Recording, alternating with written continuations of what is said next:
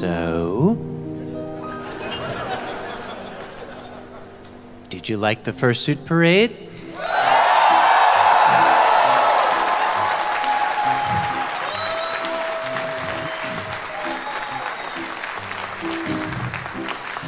As much as I would like to take the credit for the fursuit parade and it was all my idea and everything, I would dearly love to.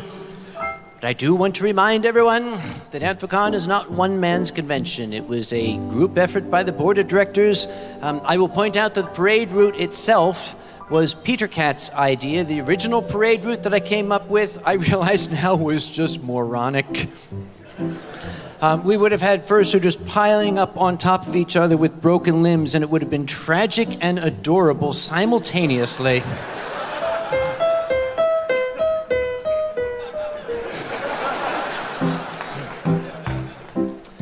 But I'm very, very glad that it came off as well as it did, because it can be very, very difficult to run a convention the size of Anthrocon. And as evidence for that, I will indeed point out to the fact I am actually 26 years old. I would like, by the way, to introduce on stage also with me the eminent Mr. Foxamore.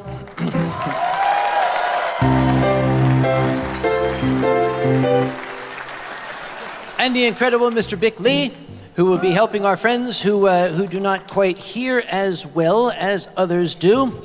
And I have promised Bick up one side and down the other. I gave him my solemn promise that I would not make him say such things as, "Look at my beefy biceps.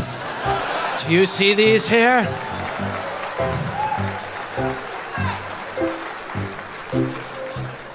But I might make him say things like, "The old guy's a dickweed and I'm just gonna totally kick his ass before the night's over."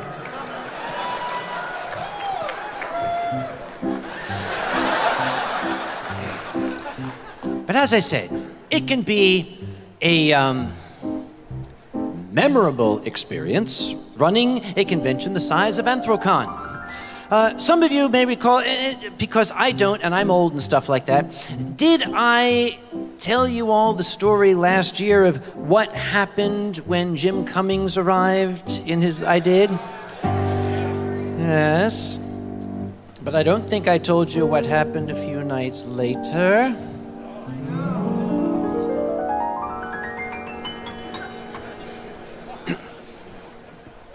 You remember Lee Tokar, our guest of honor last year, delightful man, loved him to pieces, very, very sweet fellow. Lee started to get worried about me. He said, "You look like you're running yourself ragged." And I said, what gives you that idea? I'm fine. I'm 26 years old. And Lee said, "Why don't I take you across the street and buy you a glass of wine?" Talk about invigorating, man. Let's go. Yay. Okay.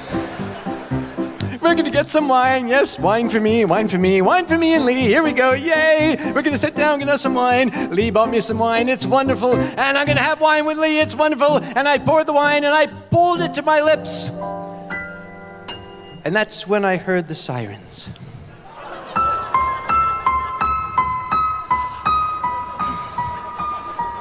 This was at Tenpenny across the way.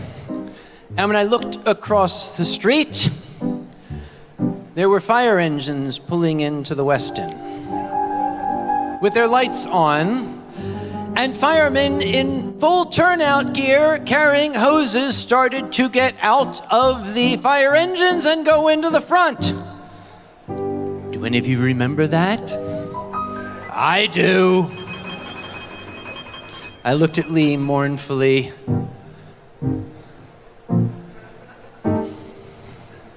I said, "Excuse me."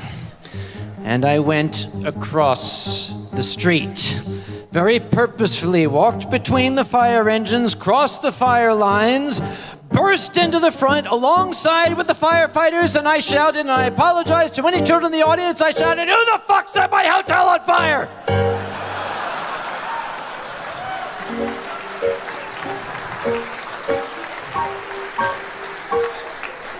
And all of the furries in the lobby said to me,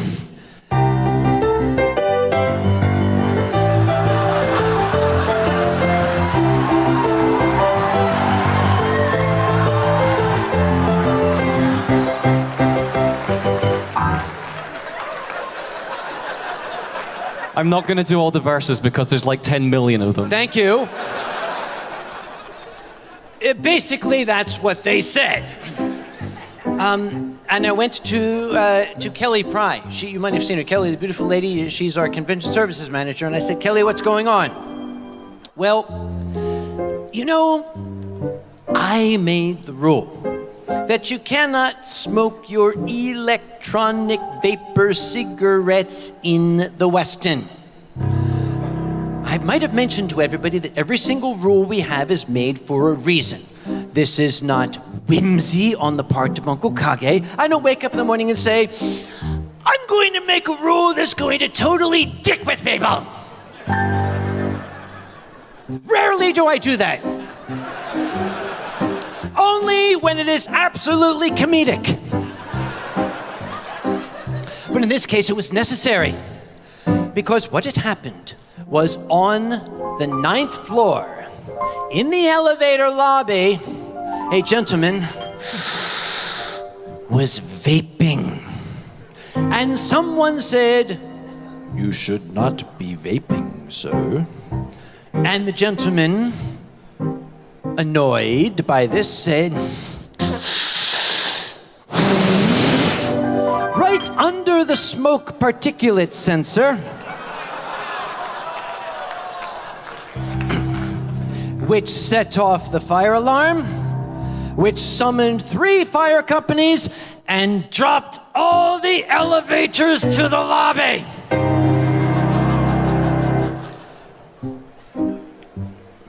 You can punch me in the face. You can trip me when I pass. You can call my mother names, but you do not screw with my elevators.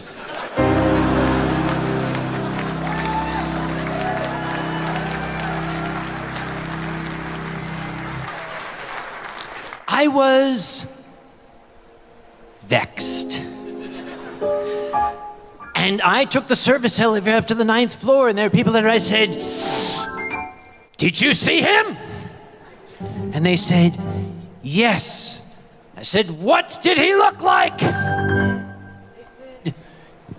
They said, "He was a heavy-set man with a beard."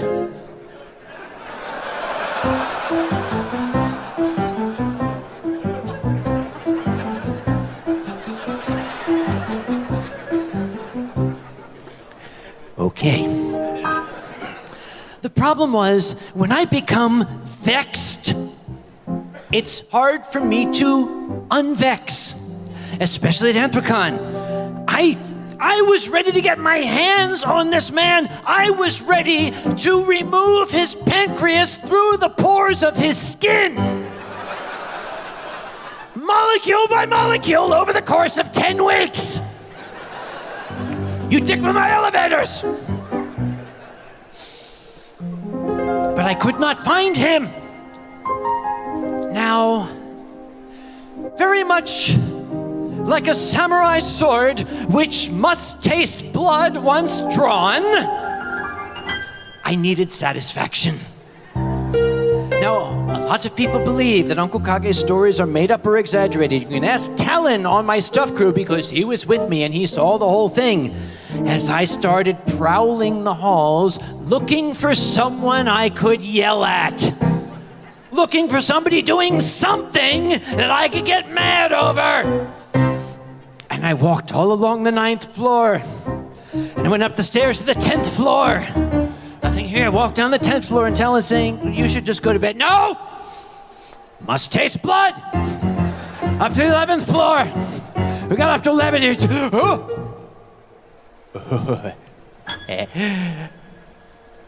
I hear a loud party.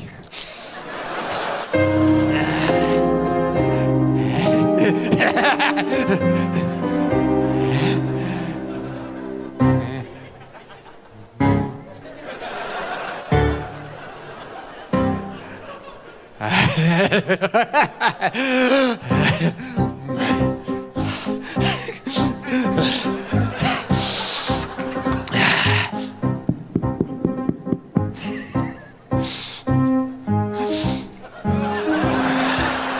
inside, I heard loud music, so louder.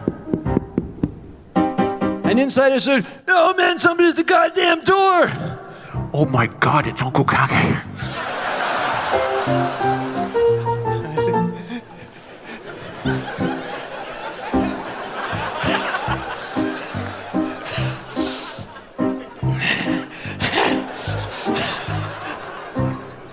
And the door opened a little crack, and a little face leaned around. And I said, "Shh."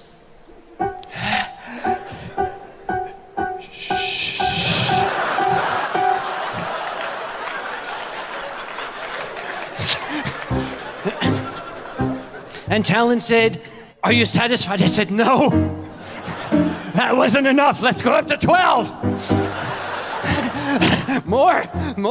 We must have more. Let's go to 12. Let's go around the corner."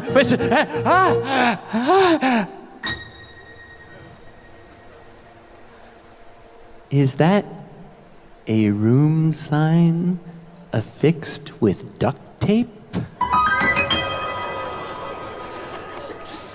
The sword was satisfied at that point.